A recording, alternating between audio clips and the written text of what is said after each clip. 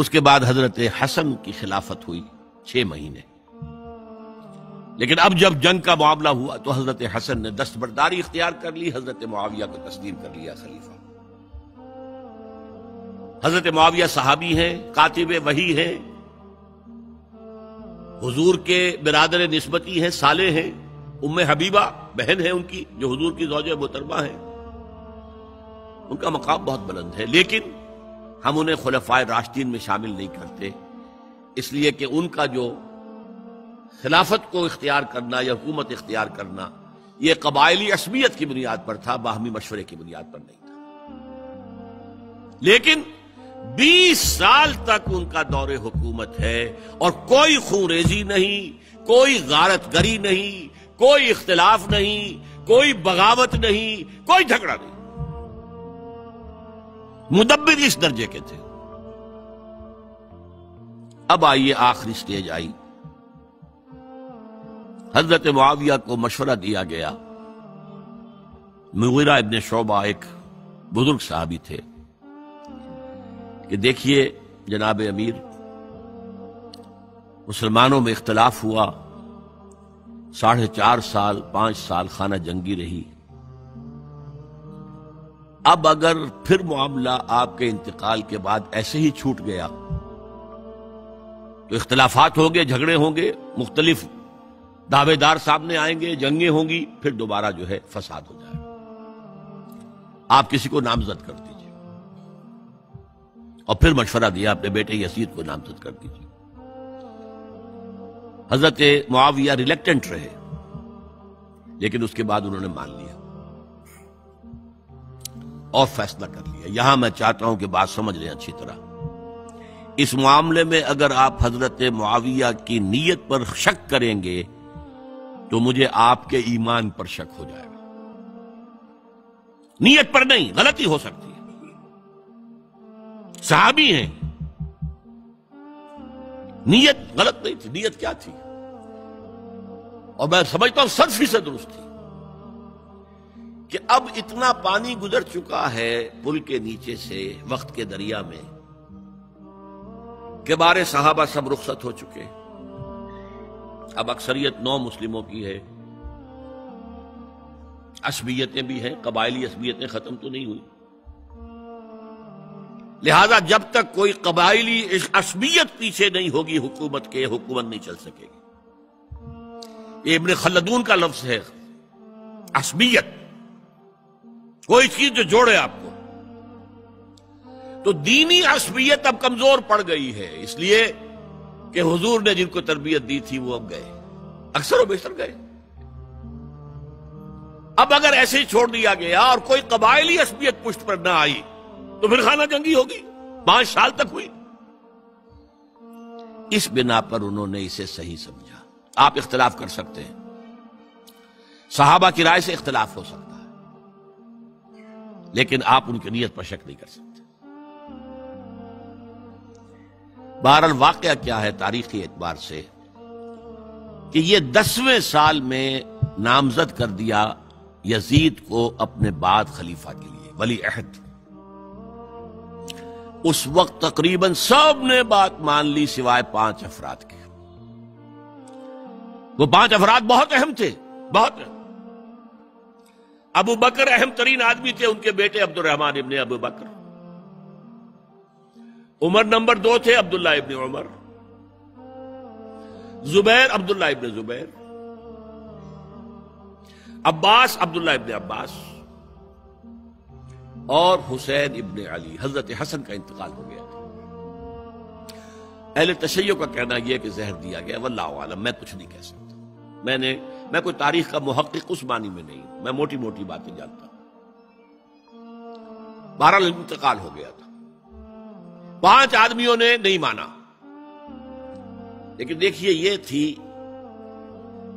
تدبر کی بات حضرت امیر معاویہ کی.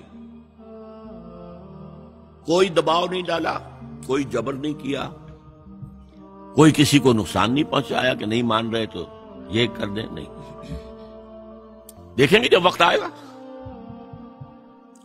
جب وقت آیا حضرت معاویہ کے انتقال کے بعد اب ایک صاحب جا چکے تھے، حضرت عبد الرحمن ابن ابی بکر فوت ہو چکے، اب 4 رہ گئے، 3 عبادلہ، عبداللہ ابن عمر، عبداللہ ابن عباس، عبداللہ ابن زبیر، ایک حسین ابن علی رضی اللہ تعالی عنہم اجمعین۔ جب بیعت ہو گئی یزید کی تو اب ان کے درمیان اختلاف ہوا۔ یہ بات اچھی طرح سمجھ لیجئے، تاریخی حقائق، موٹے حقائق کو چھوڑ کر باریکیوں میں جب پڑھتے ہیں تو معاملہ غلط ہو جاتا ہے۔ موٹے حقائق کو سمجھیے، جیسے کہتے ہیں میکرو اکنامکس اور مائکرو اکنامکس۔ میکرو ہسٹری جو ہے، 2 ایک طرف ہو گئے، 2 ایک طرف ہو گئے۔ عبداللہ ابن عباس کی رائے ہوئی کہ اگرچہ یہ غلط کام ہوا ہے، یہ قیصر و کسریٰ کی سنت پر عمل ہو رہا ہے، لیکن یہ ایسی بڑی بات نہیں ہے کہ خون ریزی شروع کر دی جائے اور امن و امان ختم ہو جائے۔ یہی بات عبداللہ ابن عمر کی ہو گئی، یہ 2 تو ایک کیا ہو گئے۔ مصلحت کہہ لیں جو بھی سمجھے، لیکن نیت پر حملہ نہیں کر سکیں گے آپ۔ دیانتاً انہوں نے یہ سمجھا کہ اب جب کہ ہو گیا معاملہ تو ٹھیک ہے، حرام مطلق تو کہیں نہیں لکھا ہوا قرآن کے اندر کہ بیٹا نہیں ہو سکتا، کہیں نہیں لکھا ہوا۔ بہرحال ان 2 کی رائے یہ ہوئی کہ اگرچہ کام غلط ہے لیکن اتنا غلط نہیں ہے کہ اس کو چیلنج کیا جائے اور اس سے جو ہے خانہ جنگی شروع ہو جائے اور فساد شروع ہو جائے۔ 2 کی رائے یہ ہوئی کہ نہیں، we have to challenge it come what may. Abdullah ابن زبیر، حسین ابن علی رضی اللہ تعالی عنہما یا عنہم، تو یہ 2 علیحدہ۔ ان 2 میں اب اختلاف ہوا۔ عبداللہ ابن زبیر کی رائے یہ تھی کہ یہی مقیم رہو مکے میں، حجاز میں، مکے اور مدینے میں، یہاں سے ریزسٹنس موومنٹ ہم شروع کریں گے، کیونکہ یزید کی خلافت تو دمشق میں تھی، بہت دور۔ حضرت حسین کو خطوط آ رہے تھے کوفے سے، کوفہ حضرت علی کا صدر مقام رہا تھا، اور جن سبائیوں نے فتنہ پیدا کیا تھا حضرت عثمان کے خلاف وہ بھی وہیں آباد تھے۔ انہوں نے خطوط کا تاغا باندھ دیا، آپ آئیے ہم آپ سے بیعت کریں گے اور کھڑے ہوں گے اور مقابلہ کریں گے اور اس یزید کی حکومت ختم کریں گے۔ ڈاک کے تھیلے بھرے ہوئے حضرت حسین نے فیصلہ کیا کوفے جانے کا، بہت روکا۔ عبداللہ ابن عباس بہت ان سے بزرگ تھے عمر میں، اور ویسے بھی ایک اعتبار سے نانا تھے، ایک اعتبار سے پڑدادا تھے۔ حضرت عبداللہ ابن عباس حضور کے چچا زاد بھائی تھے، تو نانا ہو گئے کہ نہیں؟ حضور نانا تھے کہ نہیں؟ اور حضور کے چچا تھے حضرت عباس، ان کے بیٹے ہیں یہ۔ تو اس اعتبار سے حضرت علی رضی اللہ تعالیٰ عنہ کے کیا ہو گئے؟ چچا۔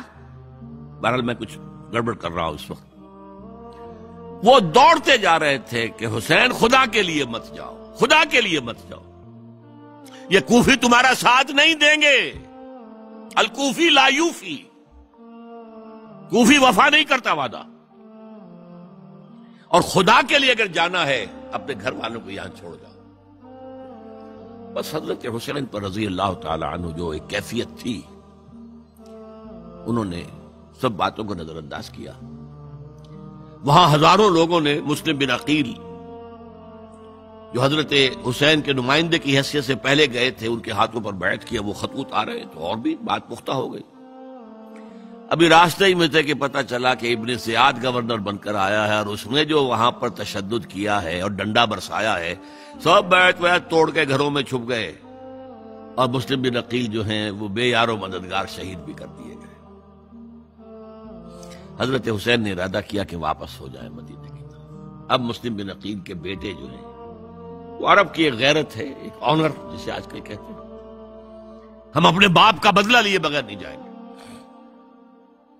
اور حضرت حسین کی شرافت اور مروت، یہ لوگ میرے ساتھ آئے تھے نا، میرا ساتھ دے رہے تھے، اب میں ان کا ساتھ کیسے چھوڑوں؟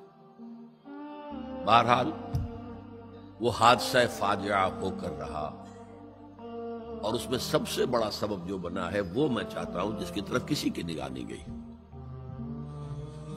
افسوس یہ ہے کہ میرا اس پر جو کتابچہ ہے سانحہ کربلا وہ آؤٹ آف پرنٹ تھا. کوشش تھی کہ آج یہاں وہ پیش کیا جاتا. مختصر ترین، لیکن آپ دیکھیں گے کہ کلیئر ہو جاتی ہے ہسٹری.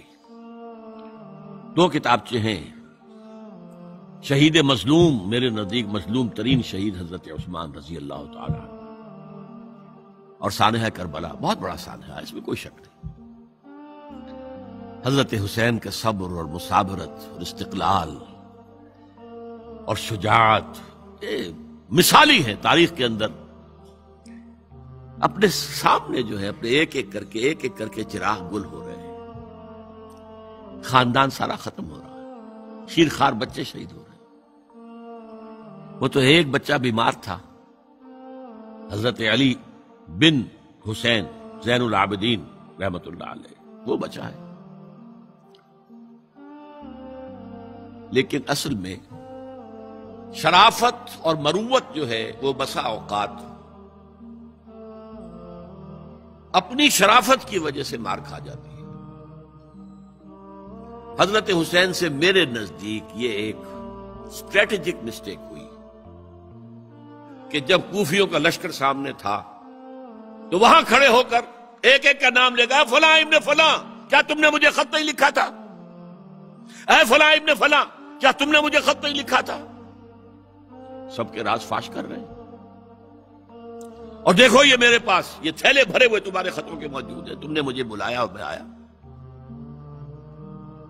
یہ بات تھی جس کی بنا پر اب ان کے لیے کوئی چارہ نہیں تھا کہ انہیں شہید کر دیں، ورنہ تو یہ ہمارا بھانڈا پھوڑ دیں گے جا کر یزید کے پاس، تو ہماری کھالیں کھنچ جائیں گی. یہی وجہ ہے کہ حضرت حسین نے 3 آفرز کی. مجھے واپس مدینے جانے دو، نہیں. مجھے یزید کے پاس جانے دو، نہیں. مجھے کہیں اسلامی سرحد پر بھیج دو، میں وہاں پر کافروں سے جنگ کرتے ہوئے زندگی ختم کر لوں گا، نہیں. ہیئر اینڈ ناؤ بیٹھ کرو. یہ حضرت حسین کی شرافت، غیرت، حمیت، مروت اس کے خلاف تھا. لہذا انہیں شہید کیا گیا اور پھر خیموں کو آگ لگائی گئی. یہ نوٹ کیجئے کیوں لگائی گئی. اگر تو یہ غصے اور انتقام میں اور وینجینس میں ہوتا تو حضرت علی بن حسین زین العابدین کو بھی شہید کرنا چاہیے تھا، نہیں کی. اگر یہ اس طرح کا معاملہ ہوتا تو خواتین کی بے حرمتی ہوتی، نہیں ہوئی. یہ خیمے کیوں جلائے؟ تاکہ وہ جو ایویڈنس ہے وہ ختم ہو جائے. ہمارے خلاف یہ جو ڈاکومنٹری پروف لیے پھر رہے ہیں، خیمے جلیں گے اور یہ تھیلے بھی جل جائیں گے اور یہ خود بھی جل جائیں گے اور ہم بچ جائیں گے. یہ ہے میرا تجزیہ. بہرحال اس میں کوئی شک نہیں کہ تاریخ انسانی کے عظیم حوادث میں سے وہ ہے، اور میرے نزدیک حضرت حسین رضی اللہ تعالیٰ عنہ کا اختلاف کر سکتا ہے، جو چاہے کرے. حضرت حسین سے اختلاف کرے اور اتفاق کرے حضرت عبداللہ ابن عمر، عبداللہ ابن عباس کے ساتھ، تب بھی ٹھیک ہے. اور اگر حضرت عبداللہ ابن عباس اور عبداللہ ابن عمر سے اتفاق کرے اور حضرت حسین ان سے اختلاف کرے، تب بھی شک ہے. معصوم کوئی نہیں. ہمارے نزدیک معصومیت خاصہ نبوت ہے. نبوت ختم ہوئی حضور پر، معصومیت ختم ہوئی. غلطی ہر ایک سے ہو سکتی ہے اور آپ رائے رکھ سکتے ہیں، لیکن کسی صحابی کی نیت پر حملہ نہیں کریں گے. صحابی کی نیت پر حملے کا مطلب کیا ہے کہ محمد صلی اللہ علیہ وسلم تزکیہ نفس نہیں کر پائے. یہ ریفلیکٹ کرے گی حضور کی اس پوری کی پوری جد و جہد پر کہ شخصیت سازی نہیں کر پائے محمد صلی اللہ علیہ وسلم. نہیں، معاذ اللہ ثم معاذ اللہ ثم معاذ اللہ. بہرحال یہ ہے تاریخ کے اعتبار سے ہمارے ہاں جو عظیم ترین ذی الحج کے مہینے میں حضرت عثمان شہید ہوئے تھے. 28 ذی الحج کو حضرت عمر پر حملہ ہوا تھا. 1 محرم کو ان کی شہادت ہوئی تھی. 10 محرم کو یہ سانحہ کربلا پیش آیا تھا. یہ ہماری اس ابتدائی تاریخ کے اہم لینڈ مارکس ہیں جنہیں ہم شہادت کے نام سے جانتے ہیں. لیکن میں اب پھر دوبارہ کہوں گا، یہ اللہ کی راہ میں قتل ہوئے ہیں.